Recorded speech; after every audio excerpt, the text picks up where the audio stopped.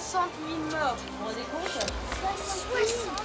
Regardez, à la vaillance de ses fils pendant la Grande Guerre et en mémoire de ces 60 000 morts, le peuple canadien a élevé ce monument.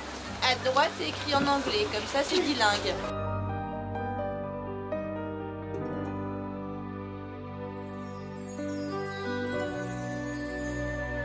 Ça correspond exactement à ce que je viens de vous dire tout à l'heure.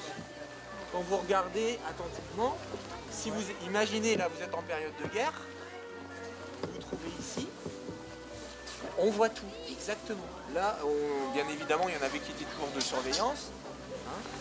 Si vous êtes en possession de ce territoire, bah, c'est plutôt difficile de ne pas voir les ennemis arriver. D'accord? Donc c'était un endroit très stratégique ici.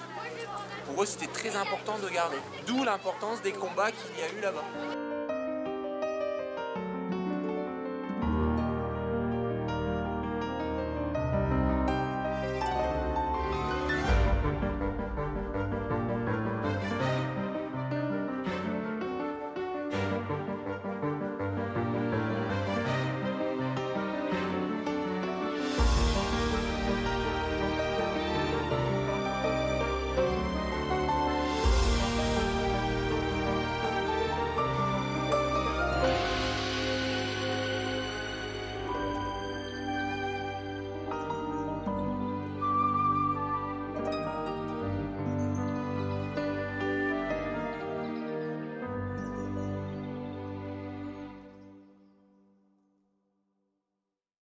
Tout le monde a compris pourquoi il y avait des trous?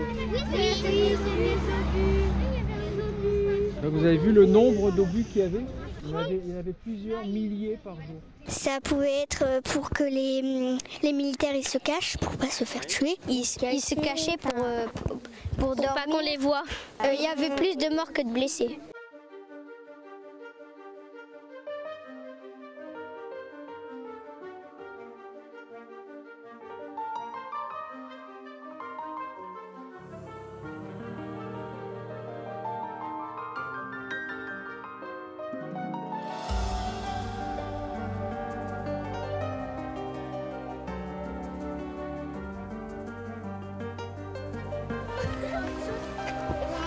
Attention de pas tomber, hein. Regarde Maëlie. Tu peux décoller cette vidéo. C'est trop mal par contre. D'ici on voit tout. Regardez, venez.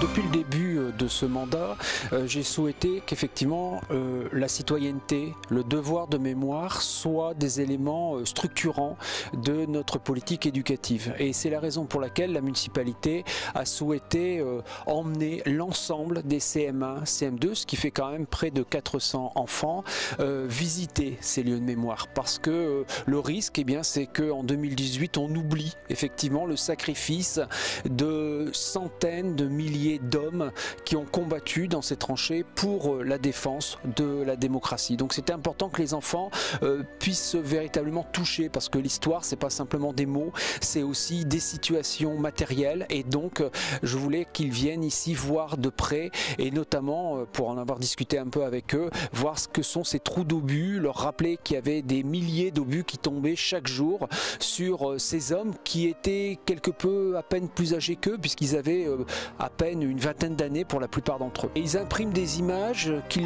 je l'espère du moins, resteront gravées et pourront par la suite s'en souvenir. C'est ça l'important. Quand je vois les trous, je suis en train de m'imaginer dans la guerre. Je m'imagine voir le ciel tout rouge avec les grosses bombes et tout. Il y avait dans les tranchées les soldats, ils se couvraient, ils tiraient.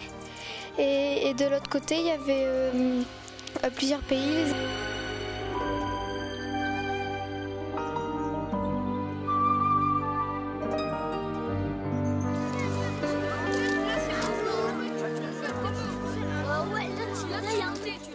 Qui est juste là avec sa mitrailleuse. Ils sont où les tranchées où il y a les...